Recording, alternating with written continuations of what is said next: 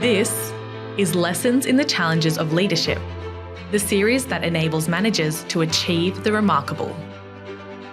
Podcast, video, short reads, brought to you by Being Learning. Conceived, developed and presented by Siebert Neathling.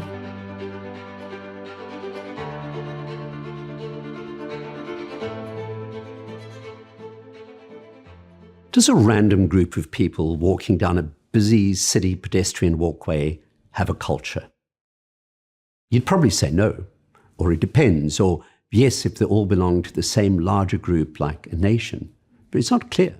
But does a tight-knit, successful team of high-performing football players playing for their country in a World Cup have a culture? You'd probably say yes. Or the Ferrari Formula One team, or the Lakers basketball team, or the Dallas Cowboys. It doesn't even have to be good. Some teams can have a negative culture, like the cricket team involved in the infamous Sandpapergate scandal. Now that same team has gone a long way to turning itself round, becoming again a tight-knit, high-performing group with a very positive public profile. How did that happen? As a leader, building and maintaining a strong, positive culture is going to be an ongoing career challenge. And here are a few thoughts from my own experience, lived and observed. I ride a motorcycle and occasionally do track days. In casual trackside banter, I once shared with a group how much I enjoyed a particular corner. It made me feel that I was actually quite good and fast. I was quickly brought back to reality when a seasoned champion said, "Anyone can take a slow corner fast. Only a great racer can take a fast corner fast."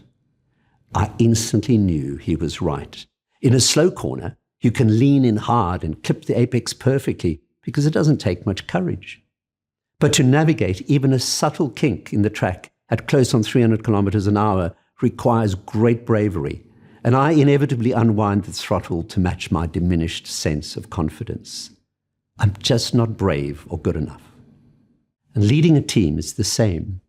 It's not that difficult leading a high-performing team with a great culture. And when things go well, you are profitable and successful and growing, and there's ample opportunity for everyone, and you can afford salary increases and quality drinks on Fridays and have great team celebrations. It's not hard. It's a slow corner. But when there has been a downturn and you've had to right-size to remain profitable, and people have said goodbye to some of their favorite colleagues, and you can't do salary increases and promotions, and your team celebrations are less lavish, and the mood is a bit subdued, and the workload is high for those who remain, that is a fast corner. That's really difficult. That's a true test of your leadership. Don't ever judge someone on how well they do during good times. Judge them on how well they do during the most difficult times. Trust me, I have personal experience of this. And with hindsight, I am more proud of simply having survived a truly awful and difficult year with the team still performing great things than I am of the years of abundance when we were winning Great Places to Work awards and doubling in size. Any leadership career of reasonable length will have good years and bad years.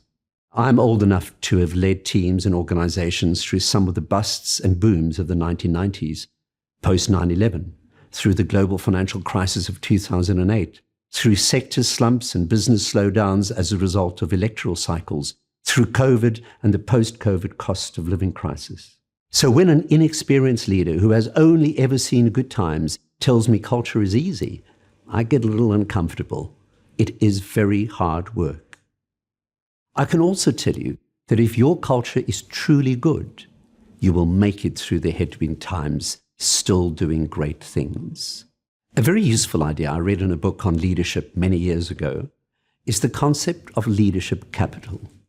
Imagine that leadership is like having a pocket full of coins. When you do something good and successful that your people admire, it's like receiving more coins. You're going to have to do some unpopular things, and not everything is going to be a success, so you will then lose some coins. And over time, hopefully, you add to your coins, to your leadership capital. And when something truly difficult happens, and you might have to invest a great deal of that capital. And if you don't have enough, you will go bankrupt as a leader. 2 more ideas. 1, the personality analogy of culture that we used earlier is very relevant here. When I studied psychology as an undergraduate, we learned about the great schools of thought and specifically compared the work of Freud and Skinner. Put simply, Freud believed that one should uncover the deep-rooted causes of problems in order to be able to treat people. He used psychoanalysis, hypnosis, dream analysis, and other techniques to uncover the deeply buried causes of psychosis. B.F. Skinner was a behaviorist.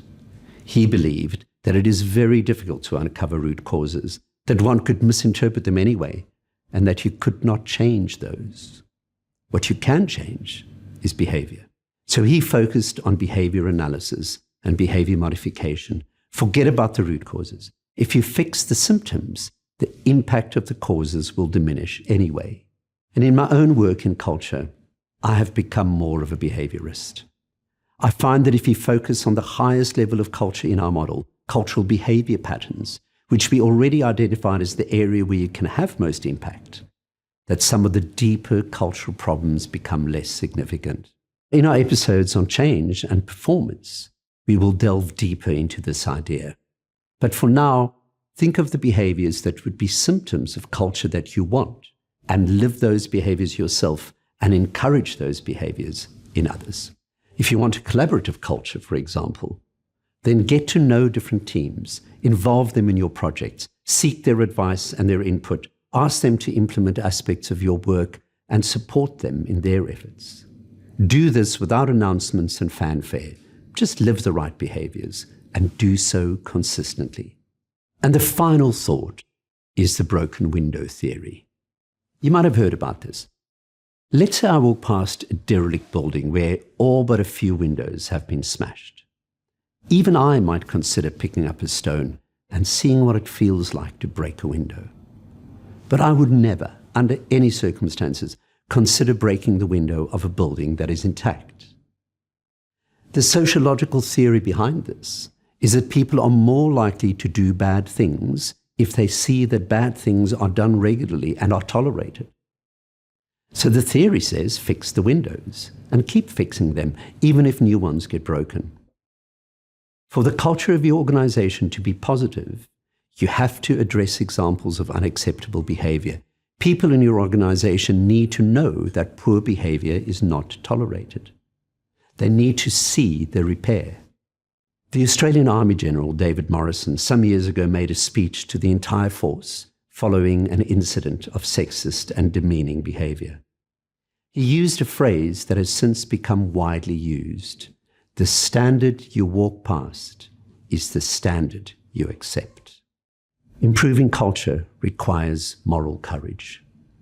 Set a good example, live the culture through the behaviors you would like to see, encourage those behaviors in others, act when you see cultural behaviors that are not acceptable.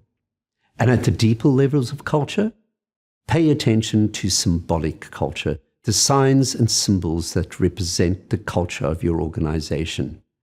Tidy offices, organized onboarding of new employees, etc.